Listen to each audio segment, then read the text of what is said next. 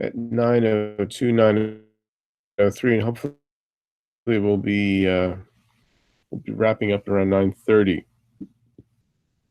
So, you know, I want to sort of give people a pep talk that it's because it's come to me in various questions, that the readings are long, the readings are complicated, the readings um, are just too much.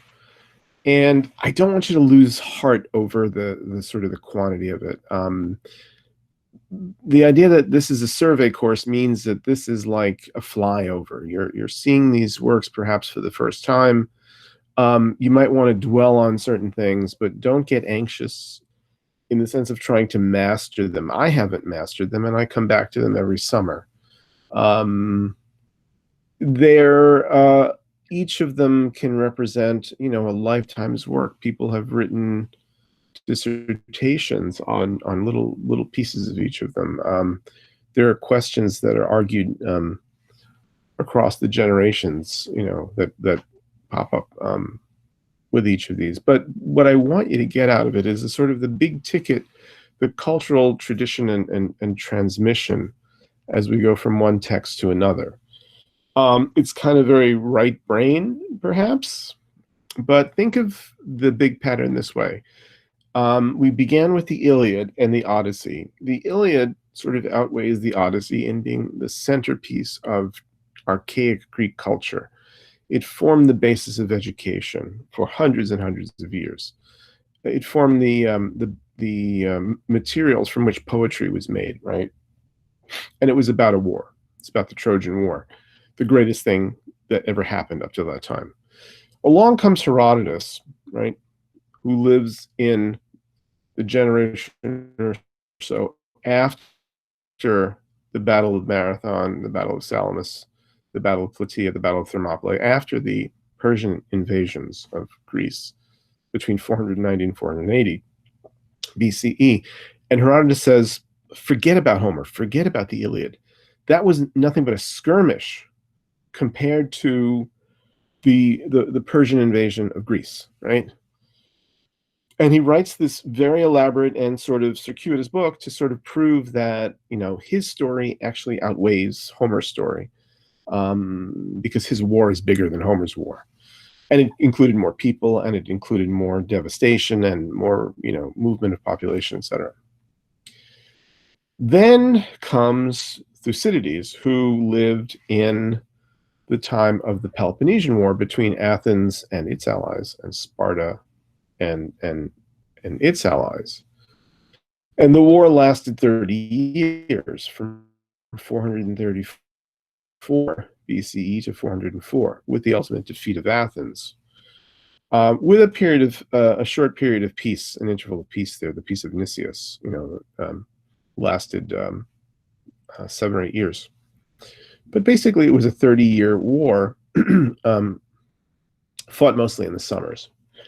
And it involved the entire Greek-speaking world, and it also involved alliances that were made with several of the Persian governors, the satraps in Asia Minor. So, from Thucydides' point of view, his war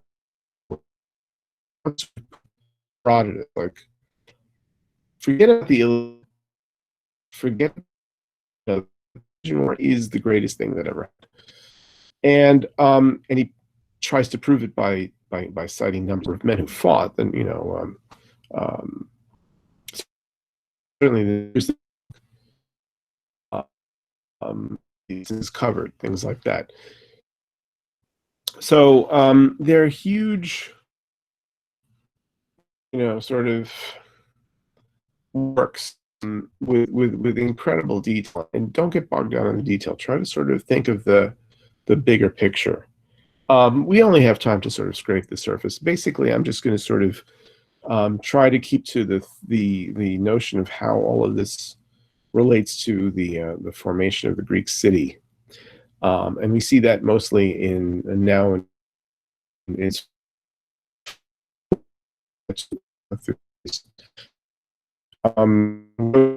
essay earlier. I posted it just a little while ago. about static versus the kinetic city, the city at rest versus the city in motion. And to some extent, this is a pattern of thinking, and it goes all the way back to the shield of Achilles, the city at war, the city at peace. Sparta is, though, the Spartans practice war all the time, right?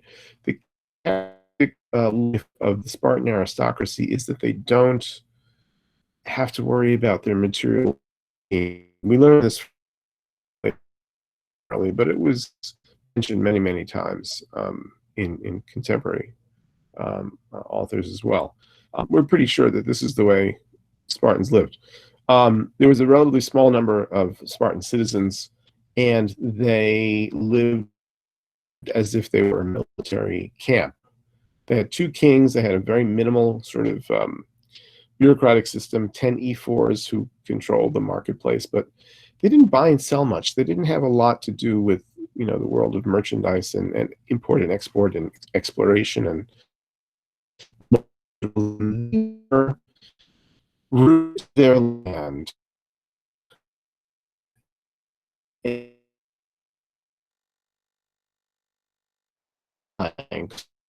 which was like a fighting line in which soldiers exactly his face breakable line of shields, right? The phalanx, which developed in archaic times, came to its most perfect development in Sparta. So they had this very strong egalitarian sense that even though they were all aristocrats, none of them were better than the other. They were all the same, right? Maybe there were 4, maybe 5,000 adult males who fell into this category. How did they grow their food? How did they get their clothes? Stuff like that. They had, in earlier centuries, enslaved people who were once and who Sparta, and they utterly destroyed the city of Messene, and they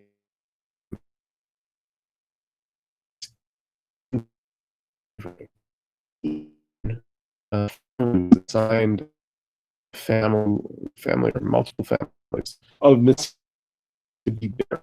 Got their land, they got their these Messenians simply worked. They lived subsistence level. They had absolutely no political autonomy, and they provided the Spartans with everything they needed in terms of food and clothing and even probably weapons. So having been freed of all of this sort of base work, right? Work of digging ditches and stuff like that and building, the Spartans focused entirely on their physical training, on their toughness, and on their conservatism. They were known as the society which deviated the least from their traditions.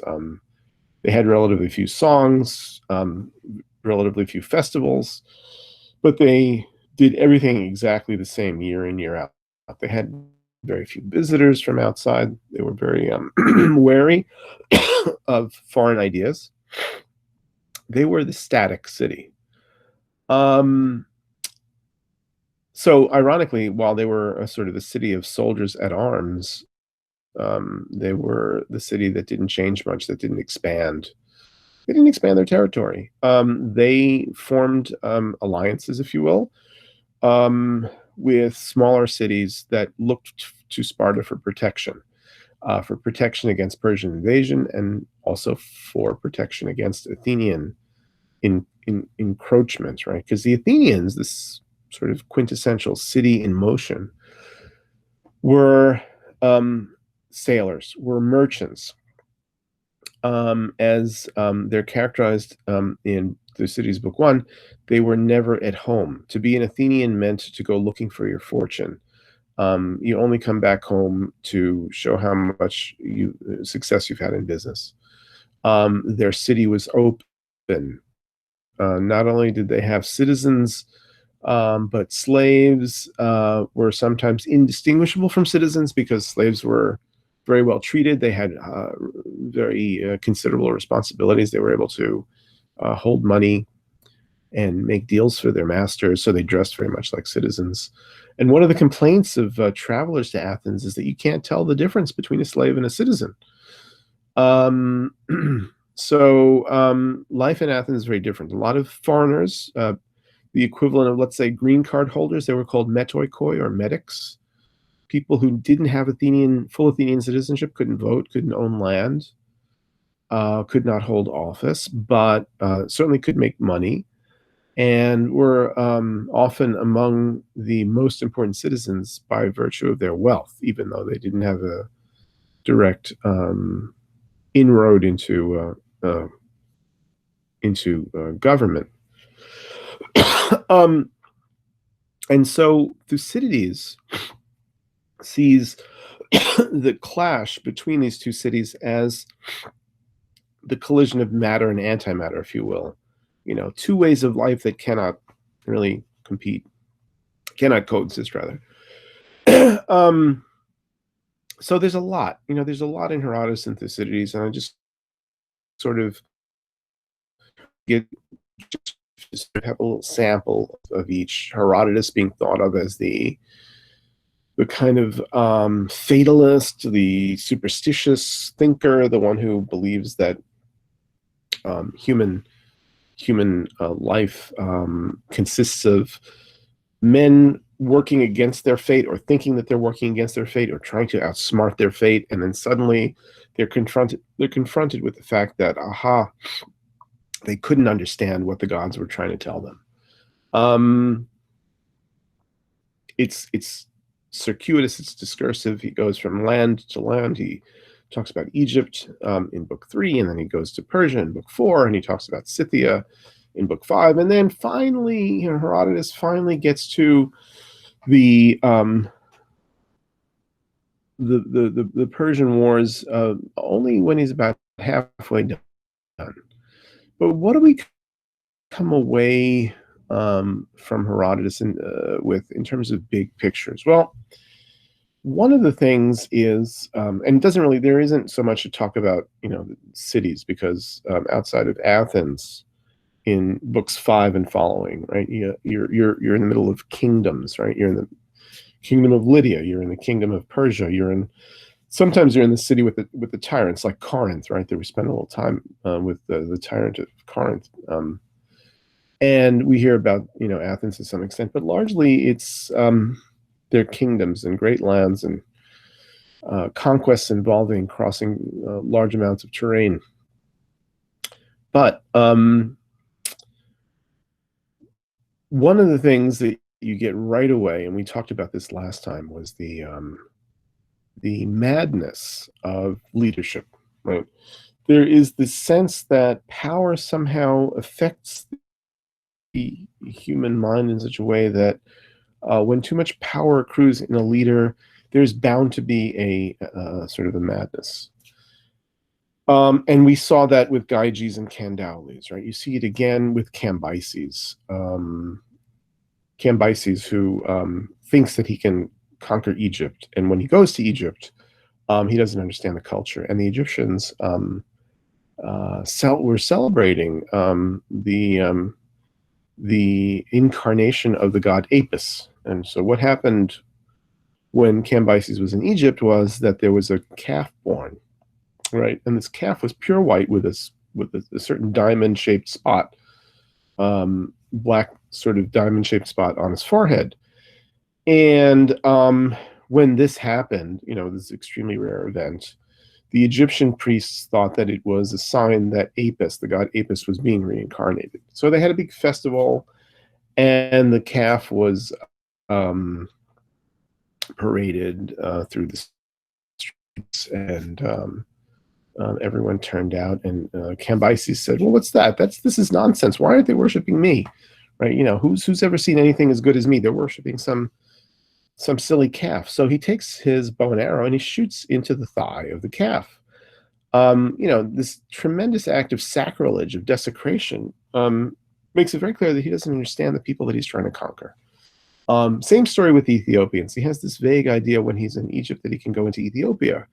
So he sends spies, right, to sort of find out about them. It turns out the Ethiopians want to have nothing to do with the Persians or the Greeks or anyone else.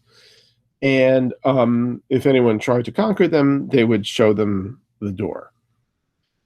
Cambyses is very cruel to his own people. One of the themes in Herodotus is that there is essentially in the Persian government only one real human, only one man, if you will, and that is the king, and everyone else is a slave. Stories like the story of Prexaspes, who who sort of crossed his king and was rewarded by having to watch his son become the target of the king's archery.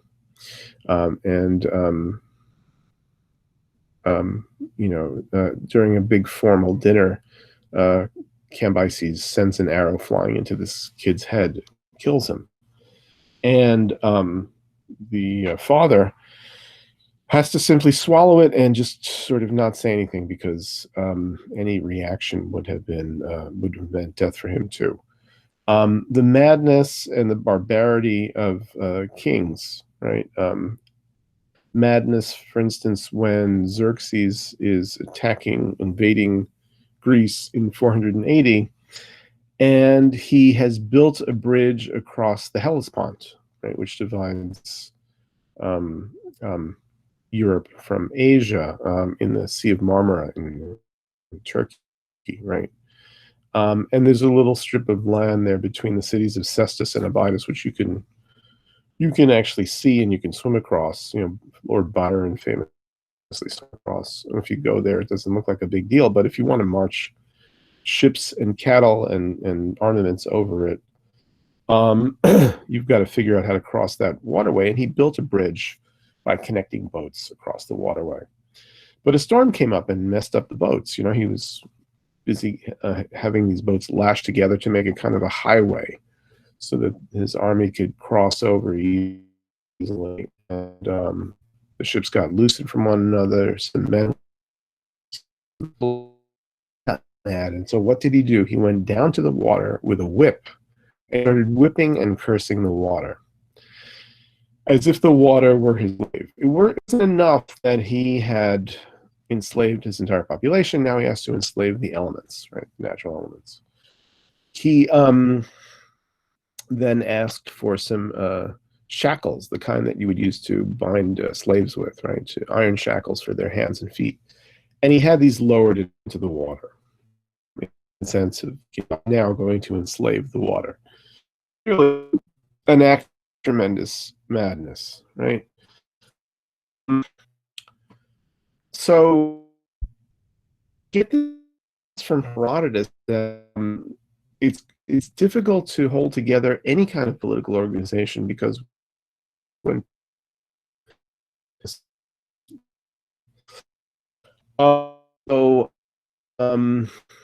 fair amount of shall we say honest to be directed at the way Greek got politics. And I'll read you this passage that I'm going to sort of gonna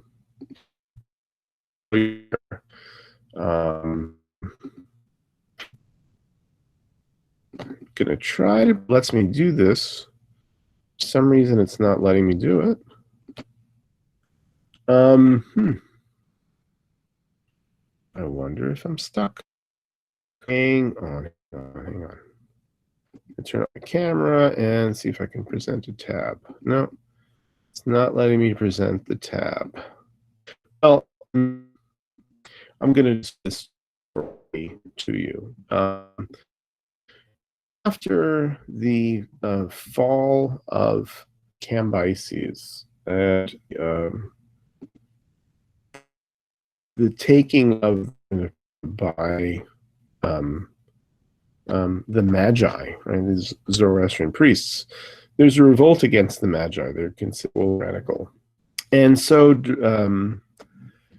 there's a period of time in which and the leading men of Persia have to decide what sort of government they're gonna have. Oh, now it's letting me do it. Okay. Hopefully now you can see this. This is from Buri. And 5 days had passed. The rebels against the Magi held a council on the whole state of affairs, which were uttered. Some Greeks seem incredible, but there is no doubt that they were spoken. Otanes, this was for giving to creating a democracy. What a thought that Herodotus could say, you know what, even in Persia, which we think of as a sort of monolithical tyrannical situation where there's one king, everyone else is, when you look down at the opinion of people, when they are freed from shackles, right, there's no government, you get a wide variety of political opinions. So Otanes says, no, we're not going to have a king. He says, I hold that we must make an end of the monarchy. There is no pleasure or advantage in it. You've seen to what lengths went the insolence of Cambyses. Cambyses was a man, right? And you Magi. Down in a monarchy when the ruler can do what he will and not be held accountable for it, right? Give this power man his accustomed mind, must leave cold silence. It makes all men jealous. Double cause is the run him. He will do many wicked deeds. Some from the insolence which is born of satiety, which is having everything you want. Right? Some from jealousy, and we've got lots of examples of that, even among with Xerxes' wife at the end of Herodotus. The way jealousy plays out in kings and royal families is quite devastating. So Otanes says, whereas an absolute ruler, as having all that his heart can desire, should rightly be jealous of no man, yet it is contrariwise with him in his dealing with his countrymen.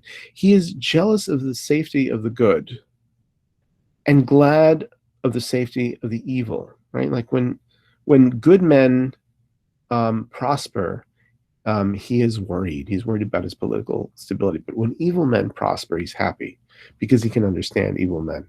And so no man is ready to believe calumnies, bad reports about him, nor is any so hard to please. Accord him only just honor, and he is displeased that you make it not his first care. If you just flatter him, it's never enough, right? Make him such, and he damns you for flatterer. If you go overboard, then he has something to say about that as well. But I have yet worse to say of him than that he turns the laws of the land upside down. He rapes women. He puts high and low to death by the virtue of a multitude's rule. But the virtue of a multitude's rule, in other words, democracy, if you will, lies first in its excellent name, which signifies equality before the law. And secondly, in that its acts are not the acts of a monarch. All offices are assigned by lot at random, and the holders are accountable. At the end of their term, they have to account for what they do therein. And the general assembly, in other words, all the people, right, or some broad representation of the people, arbitrates on all councils, all plans, all policy. Therefore, I declare my opinion that we make an end of the monarchy and increase the power of the multitude, seeing that all good lies in the many. Now, the fact that this is a beautiful, philosophically compelling description of democracy, but put into the mouth of a Persian, is really wonderful. And then a strange kind of social contract happens, because Megabizus is the next person to speak, and he speaks about how they should have not a democracy, but they should have an oligarchy. The wealthiest few people should, because they're better, because they're wiser, should be in charge, and you can't leave things to the multitude because the multitude has too many opinions, right?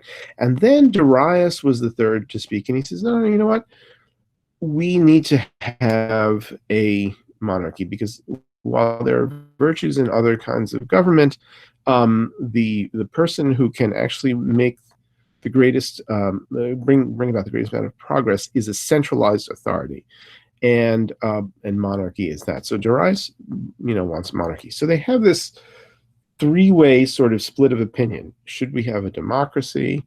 Should we have an oligarchy? Or should we have a tyranny / monarchy, like one-man rule?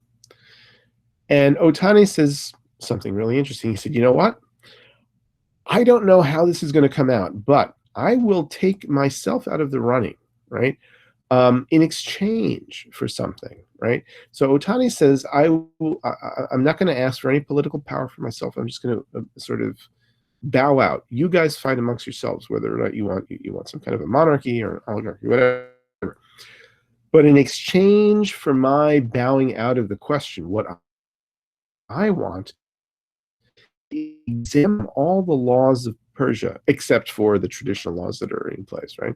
To be exempt from being under the control of whatever rule ends up being in Persia, right? Whether it be a monarchy or an oligarchy, whatever. I want that for myself, says Otani, and for my descendants. And Herodotus says, guess what? If you go to Persia today and you ask about the descendants of Otani, they still have an immunity, right? So that's really extraordinary, right? That there's this really textured thought about government. And then Otani's having bowed out, they have to decide, is it going to be monarchy or is it going to be oligarchy? And Darius has a trick up his sleeve. He has a groom, he has a horse trainer whose name is Oibares. And when the council broke up, Darius went to Oibares and he said, now, if you have any tricks, right, I'm going to need your help. Darius says, we've all agreed that we're going to march our horses out at sunrise to a certain place. And when the sun comes up, whoever's horse whinnies or neighs, you know, the sound that horses make, whoever's horse whinnies is going to be the king, right? And he wants to rig it so that his horse is going to do that first, right? So Oibares says to his master, to Darius,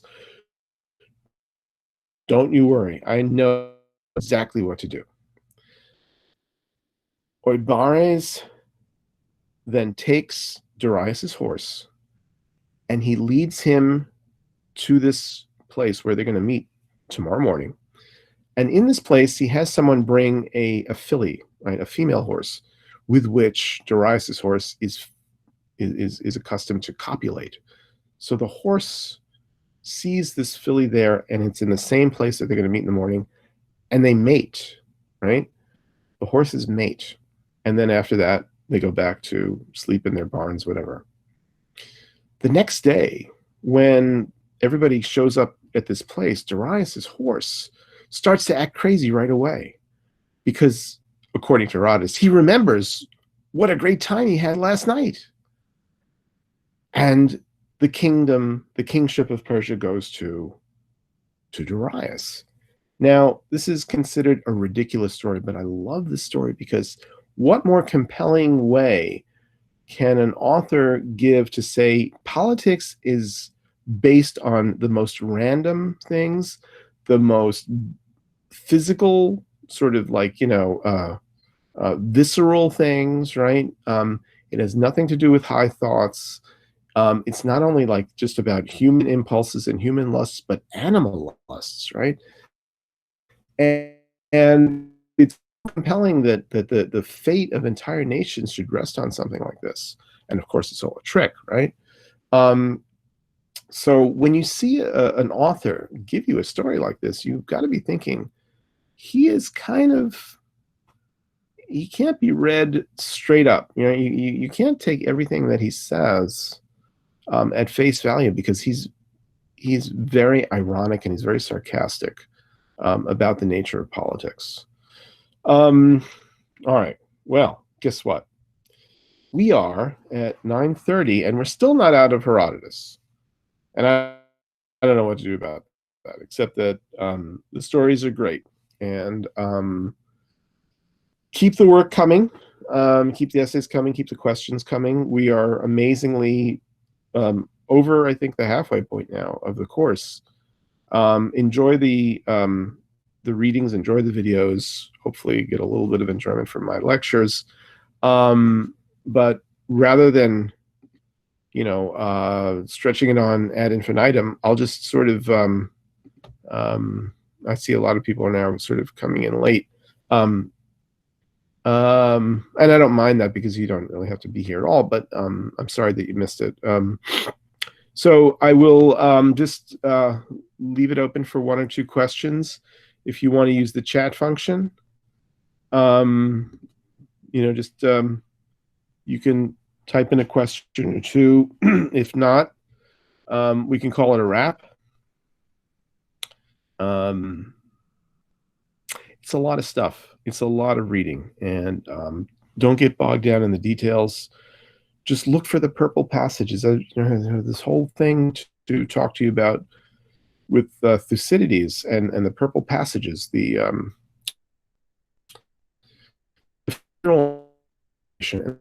and versatile language, the Melian dialogue, and there's so much stuff in there. The Mytilene debate, and how the Athenians are obsessed with their own cleverness and obsessed with the theater, and they can't distinguish between fact and fiction. The Melian dialogue, which is the kind of the source of Machiavellian politics, right? The politics of power, of brute force over any other consideration. And then, of course, the Sicilian expedition and the fickleness of the democracy. There's so much to talk about. I guess we'll have to talk about Thucydides when we meet again. But for tonight, does anyone have any questions?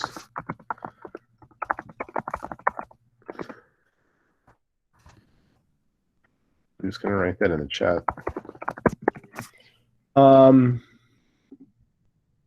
laggy here. If we're okay, then I will just record this. I'll put this up on the blog tomorrow, and we'll get back together on the 24th, on Wednesday. We'll talk about Thucydides and we'll talk about tragedy. Okay. So with that, I guess we can say good evening and be well. Stay safe. Okay. I'm sorry, Laura. The internet here, I try to sort of cut down on the camera use, but it is a bear. I've got to get to the bottom of my internet thing. It's a problem. But thanks for coming. Okay. And have a good evening.